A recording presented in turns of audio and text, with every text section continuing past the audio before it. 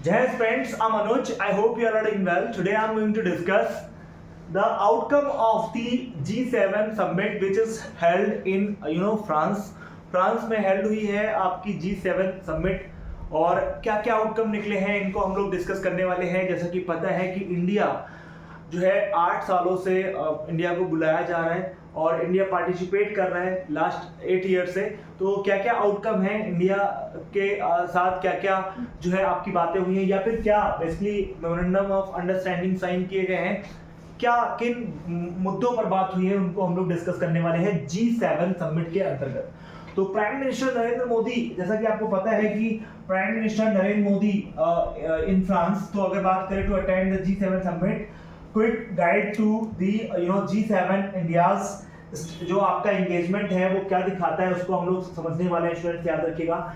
इस तरीके से आप देख पा रहे हैं यहाँ पे जो डेलीगेट्स है वो बैठे हुए हैं और ये बैठक हो रही है G7 समिट, जो कि दुनिया की जो है आधी, आपका हाफ क्या कह सकते हैं, इकोनॉमी को डील करता है। वहाँ की जो बेसिकली जो इकोनॉमी है वो हाफ वर्क करती है।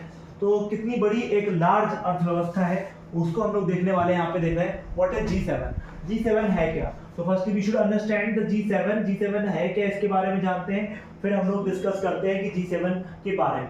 तो देखिए ग्रुप ऑफ 7 कहते हैं इसको G7 को। स्टूडेंट्स वी विल सी, हम देख पा रहे हैं यहाँ पे बोर्ड पे भी लिखा हुआ है कि ग्रुप ऑफ 7 के नाम से इसको जाना जा रहा है। तो ग्रुप ऑफ 7 के नाम से इसको जाना जाता है।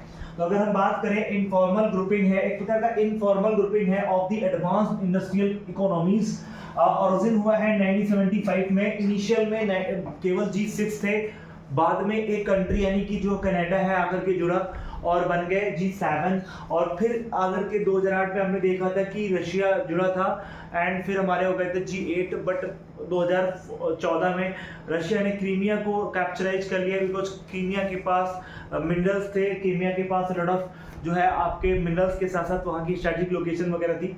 दैट्स वाई रशिया ने उसको क्रीमिया को कैप्चर कर लिया फ्रॉम यूक्रेन, सो दैट जो है इन कंट्रीज ने इसको बाहर निकाल दिया और आज की डेट में हम ग्रुप ऑफ 7 के नाम से इसको जानते हैं, G7 के नाम से जानते हैं। तो स्टूडेंट्स यहाँ पे लिखा है platform for the economic political security coordination है टू ट्रीटी कॉन्स्टिट्यूशन और द परमानेंट सेक्रेटरीट की बात करी जा रही है। डिसीजंस ऑफ नॉन बाइंडिंग है, डिसीजंस इसके नॉन बाइंडिंग है क्योंकि बाइंडिंग नहीं है इसके डिसीजंस, कोई पर्टिकुलरली ये नहीं कि भाई हाँ इसको फुलफिल किया ही जाए। तो सेक्रेटरीट है एक प्रकार का नो ट्रीटी नहीं है। देखो यहाँ पे G7 के कौन कौन से मेंबर हैं, इनको याद करने के लिए आप लोग एक ट्रिक याद रखना, जूस फॉर GS है ना, जूस फॉर GF के लिए जूस, और वहां पे आपके सारे निमोनिक में आपके सारे कंट्रीज निकल करके आ जाएंगे। तो जैसे इसके लिए हमने कहा कि भाई GF जूस लिख लो, जूस पहले लिखेंगे, जूस है ना, जूस फॉर GF, तो जूस फॉर GS। तो J स्टैंड्स फॉर जापान है ना, Japan, U stands for UK and I stands for जो है आपका I हो गया बेसिकली इटली है ना, Italy, and C stands for Canada है ना, Canada, and E stands for E stands for है ना, फ्रांस हो गया।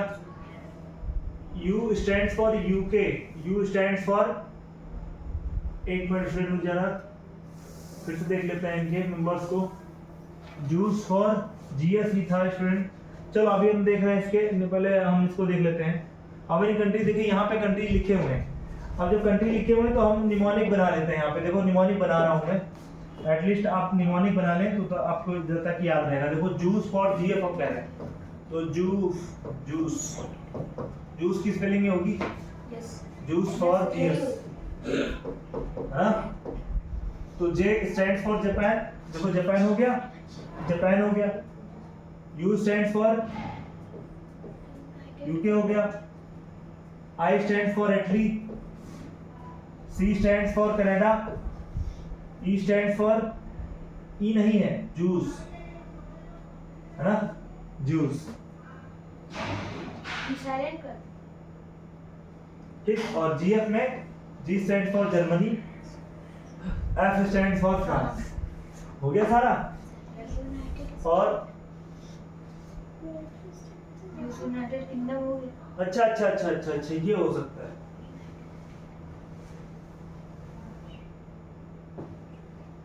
अच्छा, ई से यूरोपियन यूनियन, क्या कहेंगे?